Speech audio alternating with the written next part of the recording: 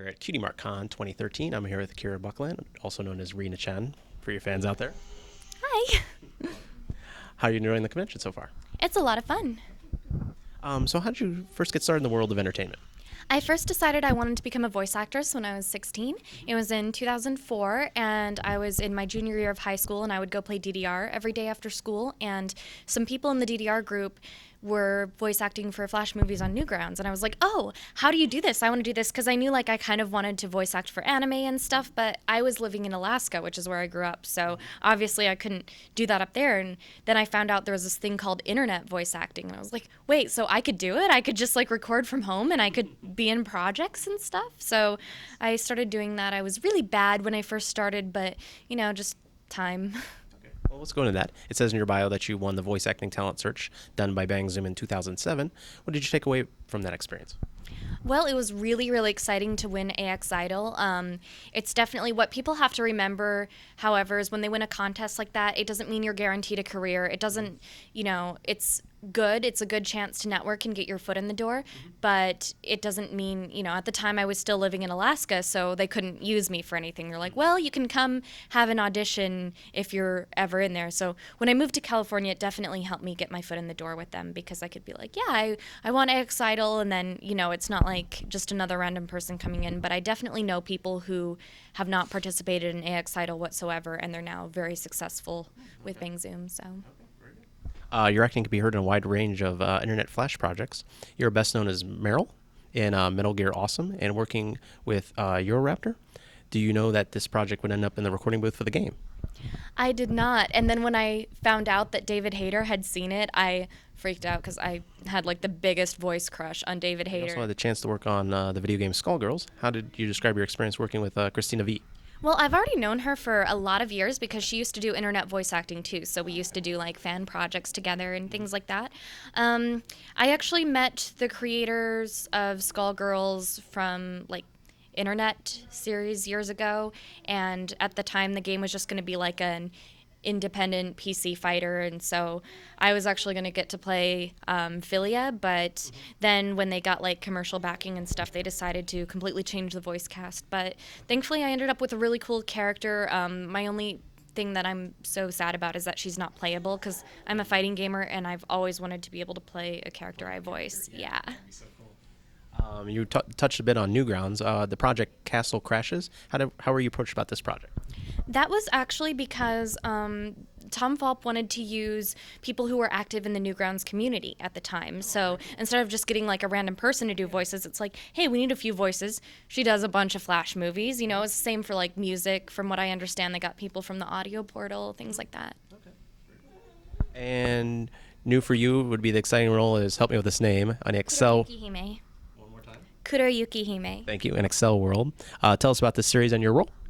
It's a really exciting series. It's about these high school kids who have this device called a Neurolinker, and they can play this virtual reality game, basically. And so there's this little short, fat kid who is the only thing he's really good at is video games. Then he meets this girl who's this popular high society girl, and she ends up falling in love with him, and is what?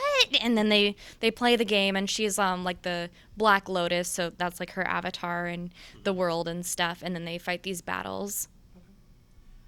Now we're here at a My Little Pony convention. So in the My Little Pony community, you are well known for your singing of various songs from the show. What inspired you to do this? I just started watching My Little Pony, and whenever I watch something that I can do a voice of, I want to do the voice, obviously there's a lot of female characters in the show, so it's oh, I want to try to sound like these characters, and people kept telling me that I sound like Twilight Sparkle, so I started auditioning as Twilight for a few projects, and I got the part, which was really cool, and I was oh, well, I guess I sound like Twilight, I guess that's a thing. Do you have a theory on how and why the series of My Little Pony branched out and became so popular, and how the series speaks to those of many ages? I think it started as sort of an internet meme thing. It's hey, we're guys who like My Little Pony, and then people started watching the show because they're what is it about this show that grown men like it? And the thing about My Little Pony is once you watch a couple episodes, you're pretty much hooked for the most part. Even friends I've introduced to the show who still say it's not their thing, they're I can see why people like it. It has good writing, it has good animation. animation. The characters aren't like from previous My Little Pony generations where they're all like really one-dimensional girly girls, and that's something that I think was really cool. Is each character is very unique. They're not just like let's have a tea party kind of stuff that's aimed at little girls these days, and it's not dumbed down for kids. It's like it's really good writing without being offensive, so kids can watch it, adults can watch it, everybody can enjoy it. Speaking of those adults, of course, they're the bronies. What are your thoughts on this fan base?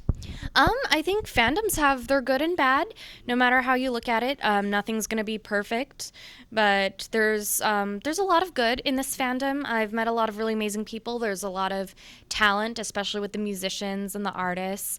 I think one of the things that impresses me most about the brony community is how much money they raise for charity and how they're so willing to help good causes. That is a very good point. Are there any upcoming projects you want fans to know about at this time? I'm gonna be in a PS3 game coming out this summer. I'm not sure if I can say the title of it yet, so I'm not going to, just to be safe. But yeah, there's gonna be a PS3 game, and I don't know. I haven't really done that much lately, but Excel World is coming out. Obviously, I'm the main character. Lagrange, I play also the main character. Nura, Rise of the Yokai Clan, I play like this adorable little like evil girl. Okay. Is there a way for fans to keep up with you on the net? And a final message for your fans? Yeah, you can follow me on Twitter. It's just Rina-chan with no spaces, underscores, anything. My Tumblr is Miss Rina-chan, also all one word. I mostly post Homestuck there, just be forewarned. I have a Facebook page, but I don't go on it that much. So yeah, probably Twitter and Tumblr. Okay. Rina-chan, thank you so much for taking the time to interview with us, and hope you enjoy the rest of the convention. Thank you.